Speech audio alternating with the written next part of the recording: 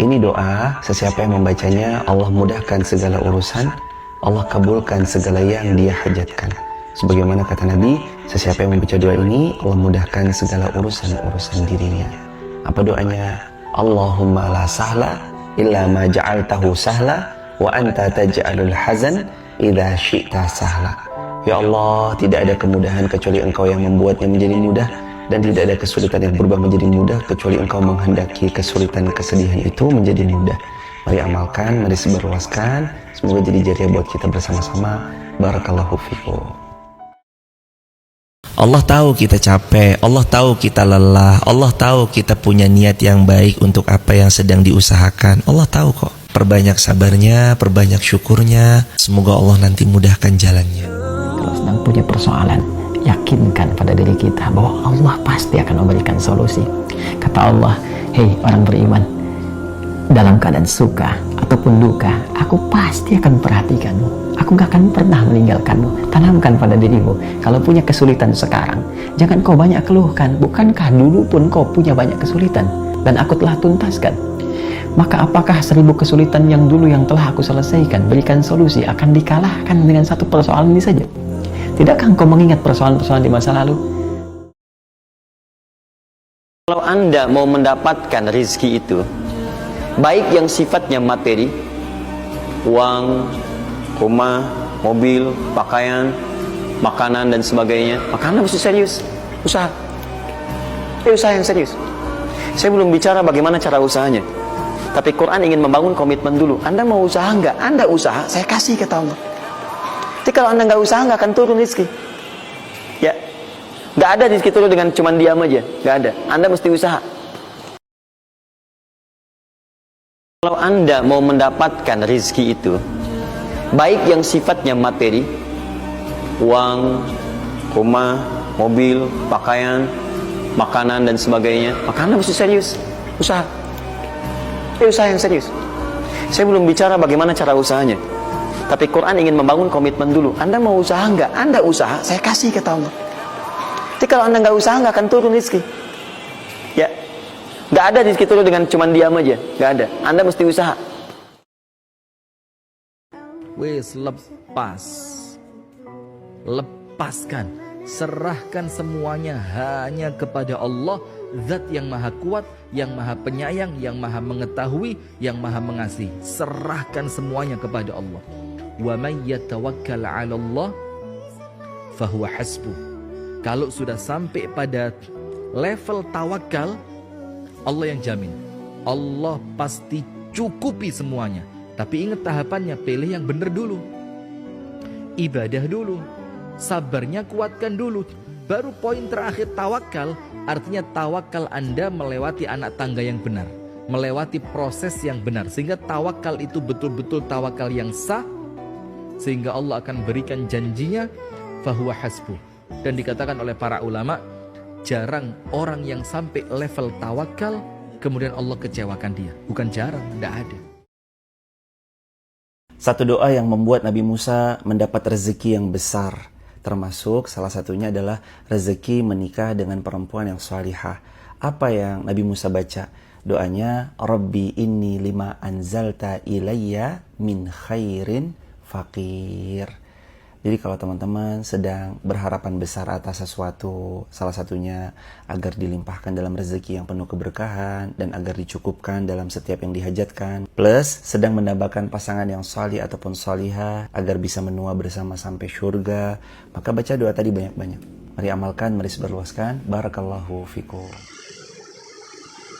Mana caranya biar hati itu lebih tenang?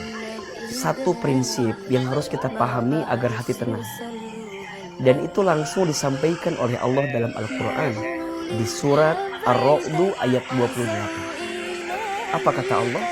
Ingatlah, hanya dengan berzikir kepada Allah hati akan menjadi tenang. Jadi rumusnya, caranya agar hati kita tenang adalah ingat sama siapa? Allah. Karena mohon maaf, yang kadang membuat hatimu itu tidak tenang karena jauhnya kita dari Allah. Yang membuat hati kita gelisah karena sering alfanya kita, lupanya kita sama Allah. Riyadhah kan dua hal. Riyadhah hati artinya iman. Sedangkan riyadhah zahir kita adalah takwa. Riyadhah batin kita iman, latihan batin. Latihan zahir kita takwa atau taat kepada Allah. Kalau kita bisa meriyadhahkan zahir dan batin kita menjadi derajat yang lebih baik, insya Allah kita telah memenuhi syarat menjadi kekasih Allah, sehingga janjinya adalah la khaufun alaihim walahum yahzanun. Nggak perlu lagi khawatir, nggak perlu lagi sedih atau kecewa. Lahumul busyra, akan dapat banyak kejutan dan keajaiban di dunia dan juga kelak di akhirat. Barakallahu fikum. Jangan takut dengan rizki. Kita harus takut kalau ditinggalkan oleh yang punya rizki, Allah subhanahu wa ta'ala. Jangan takut dengan dunia. Takutlah kita kalau ditinggalkan oleh yang punya dunia. Takut sama Allah ya akhi. Antum punya Allah, gak ada yang kurang. Miliki Allah. La ilaha illallah tertanam dalam hati. La ilaha illallah. Merasa kita punya Allah. Kalau merasa punya Allah gak akan kekurangan antum. Yang miskin itu yang gak pernah merasa cukup, yang gak ada Allah dalam dirinya. Maksudnya gak ada la ilaha illallah. Akhirnya semua cara ditempuh. Kalau la ilaha illallah itu semuanya dipastikan baik. Allah ridho enggak? Allah ridho enggak? Allah ridho enggak? Gak akan kekurangan. Susun dengan baik. Nah, cara nyusunnya, tempatkan dulu prioritas akhiratnya. Turunkan ke bumi, jadikan sebagai aktivitas susun. Hidup itu akan sulit apabila penuh dengan keluhan. Dan dia akan menjadi mudah apabila penuh dengan kebersyukuran. Anda punya masalah, terlilit utang piutang dan sebagainya. Bukan dilunasi utangnya dulu, tapi ditenangkan dulu hatinya. Nanti dari situ bisa membaca esensi kehidupan. Kemana sebetulnya hidup saya ini? Diajari nanti oleh Allah. Pola hidupmu salah selama ini. Makanya terjebak begini. Apa belum tiba waktunya kau menjadi orang yang baik? Apa nggak lihat orang-orang dulu yang pernah dulu begini, lebih buruk dari kamu, sekarang dia bisa jadi orang baik? Maka ditampakkan kisah si fulan. Nggak sengaja lihat YouTube, keluarnya malah sesuai dengan apa yang kita butuhkan. Dibuka.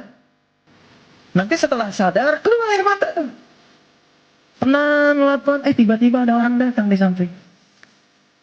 Yang sudah lama nggak kita kenal tuh. Kata orang teman lama. Bro, kamu kemana aja? Apa pekerjaan sekarang? Cerita, udah ikut saya aja. Pelan-pelan, ikut berubah-ubah, masalah selesai. Nah, gimana caranya? Rezeki ngejar kita, bukan kita ngejar rezeki. Gimana caranya? Bikin takjub Allah. Nanti Allah bikin takjub kita. Kita selama ini kan nggak pernah bikin takjub Allah. Apa tuh kalau bikin takjub Allah? Jam 00 bangun, senyum, mandi pagi, tahajud, baca Quran 12 juz. Sebelum azan udah duduk di sajadah pakai mukena yang perempuan. Yang laki sebelum azan udah duduk di masjid. Baca Quran 12 juz sampai matahari terbit. Nanti rezeki ngejar kita. Ini kita enggak, jam 00 tidur. Jam 01 tidur. Jam 02 tidur. Jam 03 baru bangun. Ampret. Jam 00 dong bangun. Emang ada contohnya orang yang bangun jam 00 kaya raya, tajir, melintir. Cristiano Ronaldo, pemain sepak bola, itu jam 00 selalu bangun. Orang Indonesia, Hotman Paris Hutapea. Kita yang muslim, jam 00 tidur. Ampret. Ada lagi. Rezekimu tergantung juga bagaimana engkau memuliakan pasanganmu. Itu benar. Sebagaimana kata Nabi, khairukum li ahli wa ana khairukum li ahli. Kata Nabi, sebaik-baik manusia yang akan baik rezekinya, baik kemuliaan hidupnya, khairukum li ahli adalah manusia yang paling baik sama keluarganya. Ini doa agar kita terhindar dari kemiskinan, terhindar dari kefakiran. Apa doanya? Kata Nabi, Allahumma inni a'udzubika minal faqri wal qillati wal dhillati. Ya Allah, aku berlindung kepadamu dari kefakiran, dari kekurangan, dan dari kehinaan. Baca doa ini sesering mungkin. Semoga Allah hindarkan kita dari kefakiran, dari kekurangan, dan dari kehinaan. Mari amalkan, mari sebarluaskan. Barakallahu fiik.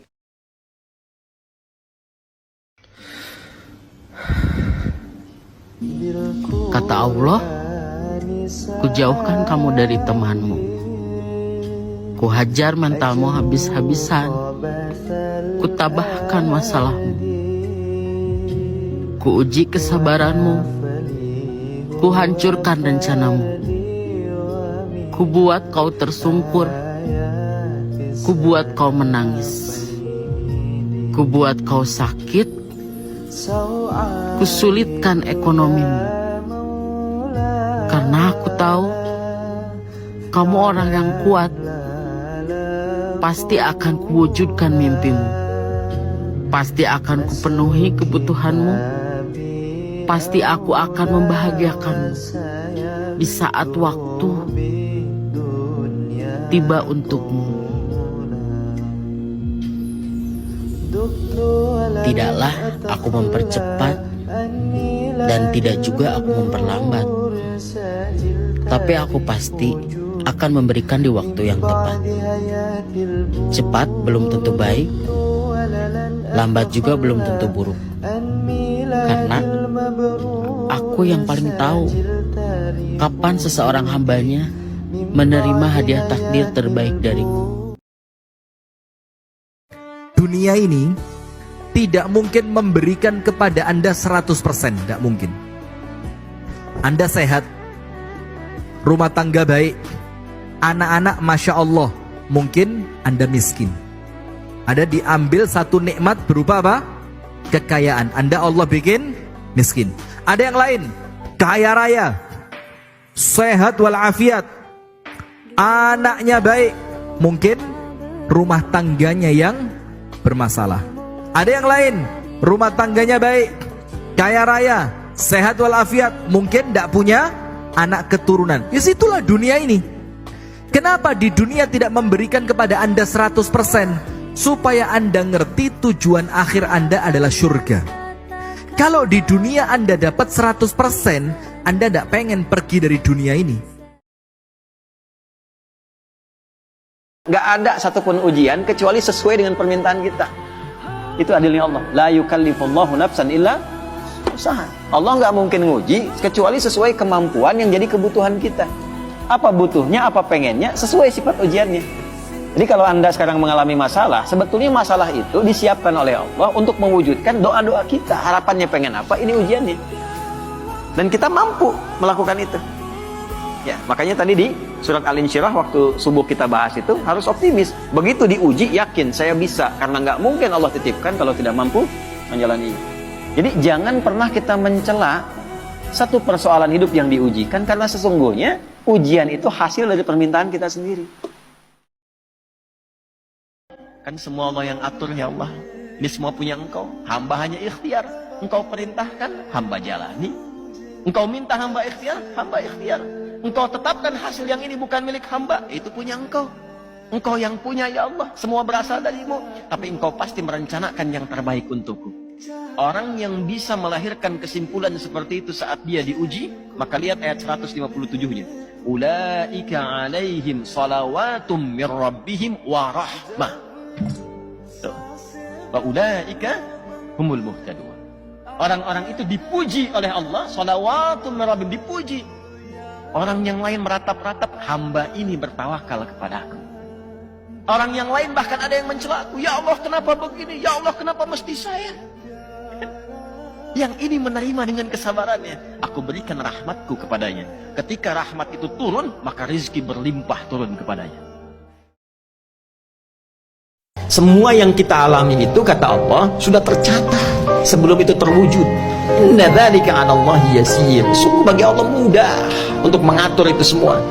Kenapa harus Anda yang mengalami? Kenapa bukan orang lain? Ya. Kadang-kadang ada juga yang berkata begini, ya Allah kenapa harus saya? Ya, kenapa bukan yang lain? Kenapa harus memalingkan ujian Anda pada orang? Justru kita yang terpilih. Alhamdulillah, Allah percaya dengan kita, diberikan ujian kepada kita. Maka jika yang dialami pertama adalah apa yang disebut orang dengan kegagalan, gagal nih, gagal A, gagal B, likaila ta'sau 'ala ma fatakum, supaya dengan itu kita terhibur, tidak banyak kemudian bersedih hati, tidak banyak kemudian merasa gelisah, sedih dengan apa yang nggak bisa kita raih, ya, tidak banyak memvonis diri. Jangan vonis diri, kata Allah. Saya yang tetapkan kok. Ada hikmahnya. Tugas kita itu menjalani, tenang dulu, cari hikmahnya apa ini. Allah itu mencintaimu dengan dua cara. Kadang dia mencintaimu dengan memudahkan, tapi terkadang dengan memampukan. Dia sering memberimu anugerah-anugerah karena dia ingin memudahkan hidupmu. Tapi kadang dia juga memberimu ujian-ujian karena ingin membuat kamu mampu menjalani hidup yang lebih bermakna.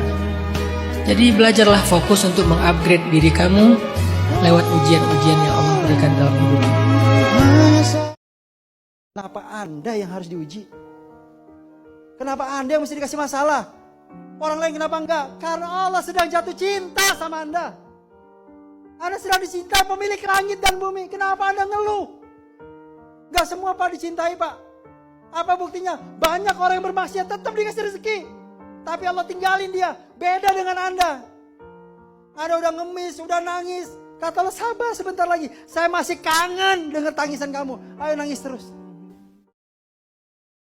Cari teman untuk menyelesaikan masalah tidak ketemu. Kita mau tanya ke sana malah jadi bahan ejekan. Kita mau konsultasi ke sana malah dibuat bahan tertawaan. Kita mau ke sana ternyata orang yang sama-sama punya masalahnya. Melalui orang tua tidak bisa, melalui saudara kandung tidak juga dapat jalan keluarnya. Kenapa sih terkadang Allah itu menjadikan kita mentok ke segala arah?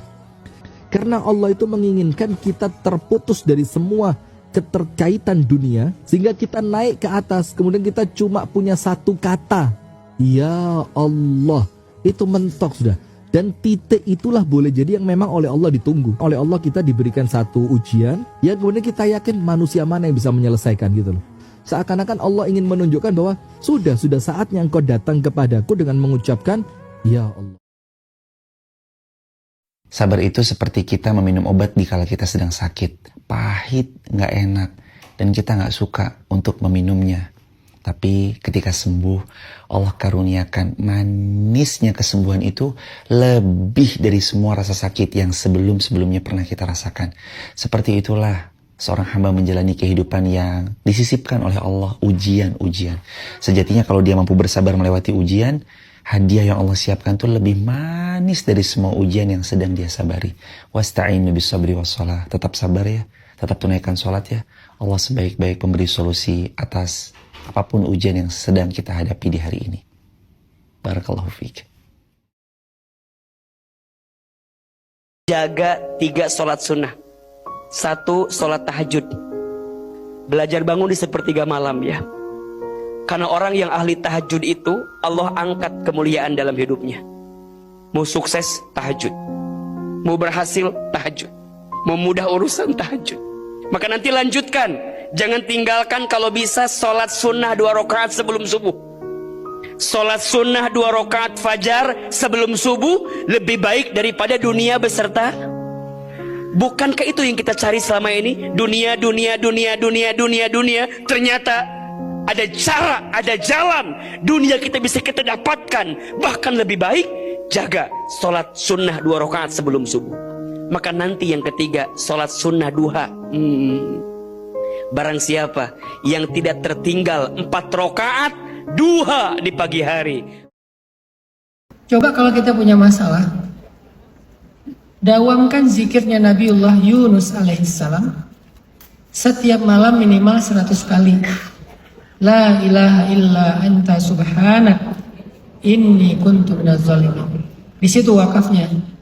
Bukan la ilaha illa anta subhanaka inni kuntu minaz zalimin, tapi la ilaha illa anta subhanak inni kuntu minaz zalimin. Coba baca ini 100 kali minimal. Kalau maksimal nggak ada batas. Setiap malam minimal 10 malam berturut-turut tanpa henti. Sebelum tidur. Boleh mulai daripada maghrib. Sebelum tidur baca itu. Kata Nabi SAW, siapa yang mendawamkan zikirnya Yunus alaihissalam, maka langit akan berguncang, lalu akan turunlah pertolongan Allah dari jalan-jalan yang tidak dia duga, seperti yang Allah turunkan kepada Yunus alaihissalam. Kalau kalian sedang mengalami urusan-urusan yang besar, masalah-masalah yang besar, yang membuat kalian ngerasa nggak mampu menghadapinya, membuat kalian merasa hampir berputus asa, maka katakanlah, ini wirid lagi nih, hasbunallah wa ni'mal wakil. Siapa yang pernah mengatakan kalimat ini dan mendatangkan keajaiban? Yang pertama kali mengatakan kalimat ini, yang kita tahu sejarahnya mungkin ada yang lain, tapi yang terkenal adalah Nabiullah Ibrahim. Apa masalah Nabiullah Ibrahim? Beliau difitnah, beliau dimusuhi, beliau ditangkap, beliau mau dibakar hidup-hidup. Itu kurang besar apa masalahnya? Mau dibakar hidup-hidup. Sehingga Nabi SAW mengatakan, akhir dari wiridnya Ibrahim di dalam api. Berarti wiridnya banyak nih. Cuman yang dinotis oleh Nabi, akhir dari ucapannya Ibrahim di dalam api itu adalah hasbiyallah wa ni'mal wakil. Ada ndak Bu yang pernah merasakan kok musibah saya ndak pernah berhenti? Satu belum beres, datang yang baru lagi. Yang baru ditata pelan-pelan, diatur rapi-rapi supaya hasilnya bagus. Ternyata dikejutkan dengan masalah yang baru. Kalau dalam bahasa Indonesia sudah jatuh, tertimpa tangga. Jadi seakan-akan kok urip itu gak enak terus. Dalam surat Al-Baqarah, Allah Ta'ala telah menetapkan dunia ini tempatnya ujian. Jangan berharap di dunia tenang, jangan berharap di dunia tanpa gangguan. Nanti panjenengan kecewa. Jadi teman-teman, kalau orang tua masih hidup, apa yang bisa dipersembahkan walau tidak diminta? Sedang ada masalah misalnya kan, mohon kebaikan pada Allah, bikin makanan datang pada orang tua, minta doanya. Ini sederhana tapi dalam, minta doanya. Ada kitab namanya Al-Adabul Mufrad karya Al-Imam Al-Bukhari. Dikisahkan seorang berkonsultasi pada Ibnu Abbas radhiyallahu taala anhuma, pengen tobat, dosanya banyak. Apa jawab Ibnu Abbas? Ibu masih ada nggak? Ada katanya. Udah, pulang aja, berbakti pada ibumu, sayangi ibumu, buat beliau merasa senang terus. Banyak lagi orang ini, kenapa mesti ibu? Kata Ibnu Abbas, saya tidak pernah mendapati di Quran dan keterangan Nabi yang terbaik dari bakti kepada ibu untuk mengentaskan semua masalahmu. Ada keripik yang kalau naik level pedasnya makin pedas gitu, ya kan? Level 1 standar, level 2 agak pedas, level 3 pedas banget. Nah ini kalau pedas itu kan berarti tantangannya kan, kenikmatannya dirasakan setelah muncul pedasnya. Sambal itu udah tahu pedas, ya, tapi kok dimakan juga gitu kan? Ya, aduh, habis nih nasinya tinggal sambalnya. Habis sambalnya tinggal nasinya, tambah sambal lagi gitu. Ya, dan itu kan level pedasnya tinggi, tapi dinikmati juga. Ternyata filosofinya, kenikmatan sambal itu terasakan setelah muncul pedasnya. Ya, nah ini juga sama nih. Jadi cara memahami hidup itu sederhana, begitu saja gitu. Kalau kita mau naikkan levelnya, kita harus sadar akan menghadapi tantangannya. Dan kenikmatan di level itu bisa dirasakan ketika telah melewati tantangannya. Ya sama saja. Ya Allah, masalahku semakin banyak, bebanku semakin berat, hatiku selalu terasa sempit. Allah sedang menunggumu kawan. Larilah kepada Allah. Fafirru ilallah. Lari kepada Allah. Dekati Allah. Jangan jauhi Allah. Jauhmu dari Allah. Hidupnya mengalir rezekinya bahkan dari hal yang tidak dia duga-duga. Bagaimana kuncinya? Bekerja itu penting, tapi ada yang dipercepat oleh Allah, ada akselerasi. Kamu kerjanya seperti biasa, tapi rezekinya datang, hidupnya mudah, enak gitu. Buka Quran surah 65. Di akhir ayat kedua, di awal ayat ketiga. Wa may yattaqillaha yaj'al lahu makhraja wa yarzuqhu min haitsu la yahtasib. Siapa yang mampu meningkatkan takwanya kepada Allah, maka kami akan lepaskan dari kungkungan persoalan kehidupan. Kami berikan solusi dari setiap masalahnya. Bukan nggak punya masalah, tapi ketika akan menghadapi masalah diringankan oleh Allah Subhanahu wa taala. Wa yarzuqhu min haitsu la yahtasib. Rizkinya datang dari sisi yang tidak diduga-duga. Rizki jangan digambarkan dengan uang saja, jangan dengan materi saja. Ketenangan itu rizki, kenyamanan itu rizki, sehatnya anak-anak itu rizki, keturunan itu rizki. Janganlah kamu mengejar ayam, karena makin kamu kejar dia makin lari, ketakutan dan kamu capek. Kalau kamu pengen nangkap ayam, sediakanlah beras, maka ayam itu akan datang, baru kamu menangkapnya dengan cara mudah. Quote ini berlaku untuk rezeki. Rezeki itu jangan dikejar doang, jangan habis-habisan, pancinglah dia. Bagaimana memancing rezeki? Kalau rezeki ini tentang harta, pancinglah dengan sedekah. Berasnya harta itu adalah sedekah. Ketika kita ngeluarin sedekah, rezeki itu akan mendatangi kita. Kalau itu adalah harta. Percaya nggak? Kalau ketika kalian diuji, berarti kalian sedang disiapkan untuk sesuatu yang besar. Kapan Ustadz? Allahu a'lam. Itu bukan domainnya kita. Itu domainnya Allah. Gak ada satupun dari kita yang tahu kapan. Gak ada. Bahkan para anbiya sekalipun. Makanya para nabi dan orang-orang bersamanya bertanya, mata nasrullah? Kapan datangnya pertolongan Allah? Allah bilang, ala inna nasrullahi qarib. Udah dekat. Tapi good newsnya, kalau kalian mau tahu kapan, cara gampang untuk mencari tahu kapan datangnya kebaikan itu, lihat aja dari kondisi ujian kalian. Semakin berat ujian kalian, berarti semakin dekat dengan pertolongan. Itu rumusnya. Hatimu sempit sesempit gelas ini, maka masalah sekecil apapun akan selalu menghadirkan kesulitan seperti engkau menelan garam tadi. Tapi kalau hatimu luas, sebesar apapun masalah, tidak akan pernah berdampak pada dirimu kecuali engkau mampu menyusun rencana untuk mengatasinya. Tidak ada yang bisa merubah takdir kecuali Allah. Dan Allah merubah takdir dengan 3. 1. Doa. 2. Husnuzon kepada dia. 3. Ikhtiar, bersungguh-sungguh dalam melakukan sesuatu. 3 cara itulah dengannya Allah merubah takdir. Yang merubah siapa? Allah. Islam tidak melarang kita berutang, tapi lebih menganjurkan kita untuk mengurangi beban-beban kehidupan. Jika tidak dibutuhkan, tidak perlu dilakukan. Tapi jika itu bagian dari tuntutan, tidak mengapa. Asal punya keinginan kuat, komitmen yang sama juga untuk melunasinya. Itulah sikap gentle yang diajarkan dalam Islam. Anda berani minjam, Anda harus bisa berani melunasi. Ketika Anda meminjam, Allah menetapkan di saat yang sama, Allah memberi hukum, dia bisa melunasi. Itu kaidah yang pertama, yang dibangun oleh Nabi SAW, bahkan Nabi pun berutang.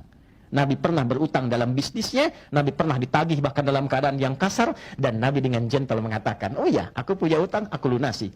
Mudah bagi Nabi memohon kepada Allah dan langsung hadir rezeki. Tapi kenapa diizinkan dengan skenario demikian untuk memberi contoh pada umatnya? Tidak salah dalam keadaan kita butuh, kita meminjam, tapi juga kita harus optimis untuk melunasi kewajiban kita seperti kita berani dalam meminjam. Khususnya di hari Jumat. Anda boleh catat, atau Anda boleh rekam, atau Anda boleh lihat kembali rekamannya nanti setelah tuntas kajian. Allahumma kfina. Boleh diikuti. Allahumma kfina bihalalika an haramik wa aghnina bita'atika an ma'siyatik wa bifadlika amman siwak. Cukup pendek tapi padat. Dalam sekali itu usahakan dibaca tiap Jumat sebelum selesai meninggalkan Jumatan untuk yang ikhwan laki-laki. Yang ibu baca ba'da asar bu, menjelang maghrib. Singkat itu. Usah minta banyak, minta cukup aja. Yang halal pasti cukup. Yang haram sebanyak apapun tak akan pernah cukup. Maka jangan kejar banyaknya, tapi kejar berkahnya.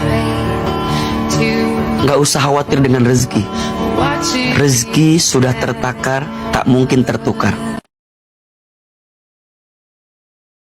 Saya pengen ngajak kalian semuanya untuk mengkoleksi sebanyak mungkin kalimat-kalimat afirmasi positif dalam hidup kalian. Dan sebaik-baik kalimat afirmasi positif itu adalah kalimat yang mengandung kebesaran Allah.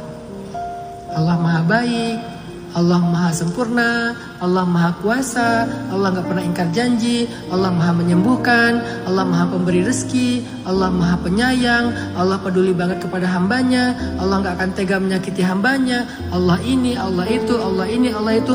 Sebutkan kebaikan-kebaikan Allah justru ketika hidup kalian sedang tidak baik-baik saja. Itulah kunci kesuksesan.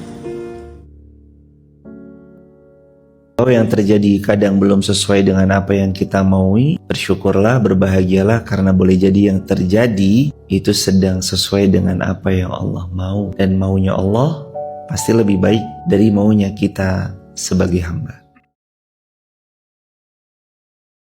Ini demi Allah yang saya kejar dunia, makanya dia lari karena saya kejar. Bagaimana kalau saya buat dia menunggu? Saya buat dunia menunggu, saya fokus ke sholat. Demi Allah ini saya fokus ke sholatku tepat waktu, subuh harus diperbaiki, tahajud dipertebal,